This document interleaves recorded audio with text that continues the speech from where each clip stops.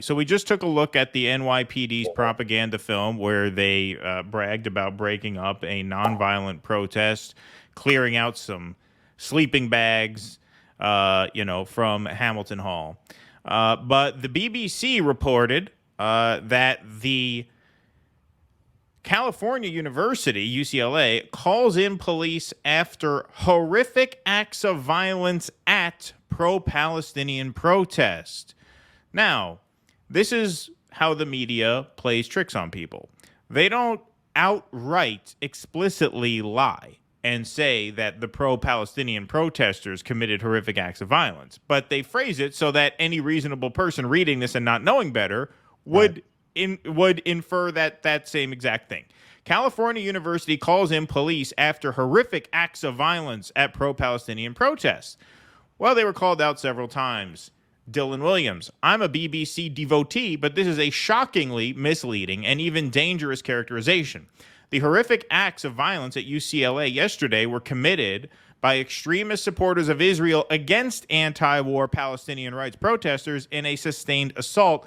Please reword. To make this even worse, if you actually click on that link, it doesn't take you to an article. It takes you to like a live updates feed, right? How like when the New York Times is reporting on an unfolding situation, there will be live updates, every hour or so. Right. So it doesn't even take you to the point where you would see, oh, it was the pro-Israel people committing the acts of violence. You would never get that clarification at all. Katie Halper, who committed the violence, guys? Mehdi Hassan. Hey, we're not fans, but we're not so petty whereas we can't show this because he's right. Delete this tweet, BBC News. Horrifically misleading. The acts of violence were against the pro-Palestinian protests. We showed this footage yesterday on our stream, folks, but in case you missed it, this is quick. Here are the horrific acts of violence reported in that BBC headline.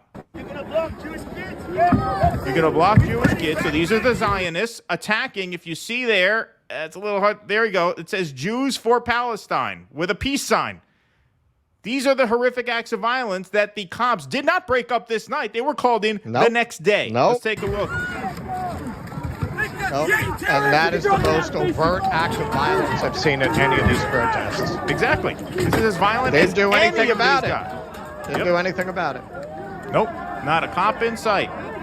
Not a cop in sight. There's one example. Here's the other example of shooting fireworks into the encampment. Look at that. There are the pro-Israel counter-protesters. There's the encampment.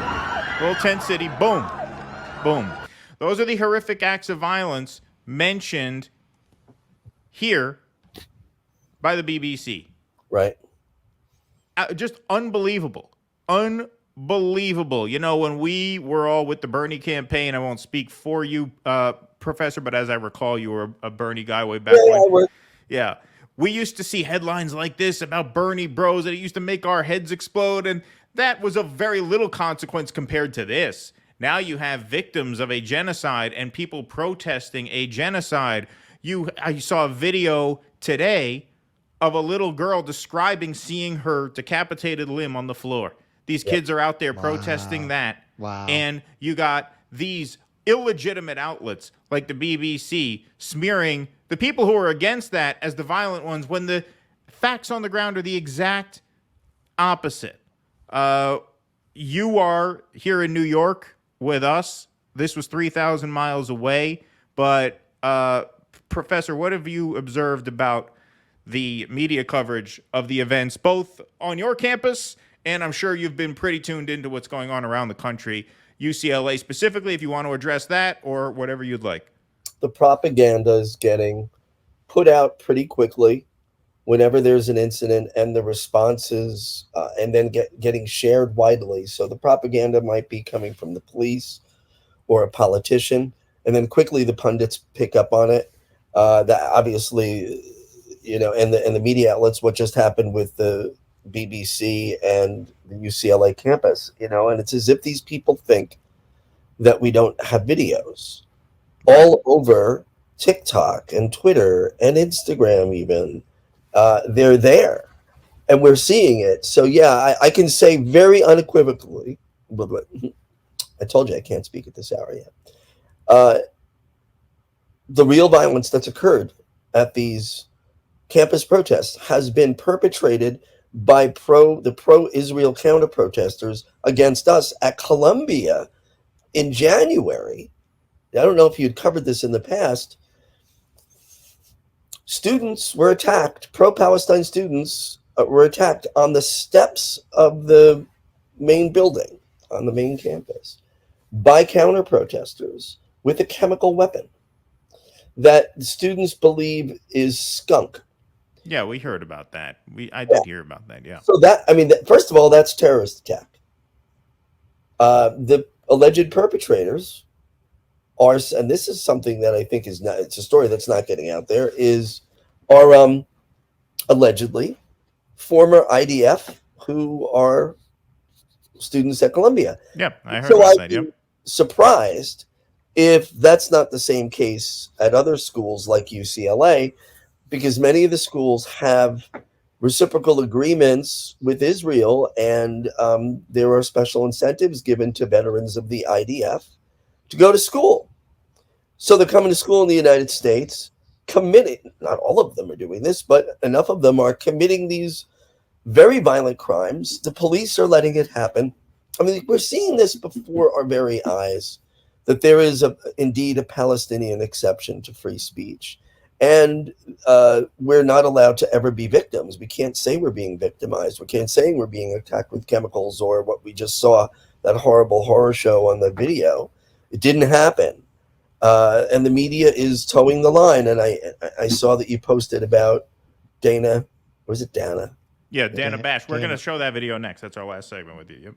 Yeah. And so, so what's happening is there's an agreement among the institutions of power in the media that we are not going to allow even a sliver of humanity to be given to the Palestinian people, which is what this is all about. Yes. It's about them or anyone who dares to stand up in solidarity with them. All of us are not allowed. We're not human. It's a very desperate act on their part, and it's not working. And I will say this, and I know people watch different things. Crystal Ball, very clear, multiple occasions on Breaking Points has said, and the thing is, the protesters have won the argument because the majority of Americans do not support what Israel is doing in Gaza. Majority of Americans don't want to fund these wars. A majority of people that voted for Biden think Israel's committing a genocide. So we're seeing all of the propaganda happening. It's not working. However, Ryan Grimm just put out an article showing that people who get their news from TV do support Israel and don't believe that they're committing a genocide. I saw that. And that is because of people like Dana Bash. You watch this stuff, it's like an alternate universe that, the BBC. that they're painting. Right, because if you get your news strictly from them, you don't see the other side of the argument. Yeah, but if you're on the left, this is a recurrent thing. What I'm sure you've experienced and I've experienced at protests is when you're fighting against the establishment, you're triple careful not to give the media an image or a soundbite they can use to portray you as a Bernie bro, or in this case, as an anti-Semite. It's the same thing again and again and again and again. And the media just portrays the anti-establishment forces in that light, no matter what their cause is. And meanwhile, the real offenses are committed by the people supporting the establishment because they know they'll face no scrutiny. Remember, with this crowd, every accusation is a confession. Yes, yes. And it's true, sadly, of Israel and the atrocities committed by their military. And it's true here with the atrocities committed by 1,000 police went onto Columbia campus. 1,000. 1,000. You would have thought, my God, like there was Like, again, if you watched the footage and had no idea what was going on, you would be panicked. Is it a terrorist? It's like, what is it? It's exactly what I said. Almost word for word what I said. You know, Michael Tracy was on site. He tweeted out from their video. He said, I've never seen a police presence like this for anything in my life. It's more cops I've seen for this than anything. Multiple people, Natasha Leonard, who I met way back at Occupy Wall Street. She's an excellent writer. And she said this, I've covered for 15 years, things like this, never seen anything like it. Never. And I have to just drive this point home. I've said it a million times, but we clip these separately and we have to say it over again. Not one of those cops, nor any other New York cop for that matter, has cited one violent incident that has taken place at the hand of a ceasefire, anti-genocide protester. Not one cop has cited one act of violence, and yet you saw this military-like operation that the NYPD sells that way. We saw their propaganda film in the last segment about that. Bizarre. Incredible. Really, I mean, that's eye-opening. That tells you, you know, your First Amendment, yeah, they'll roll over that whenever they want. Please clap.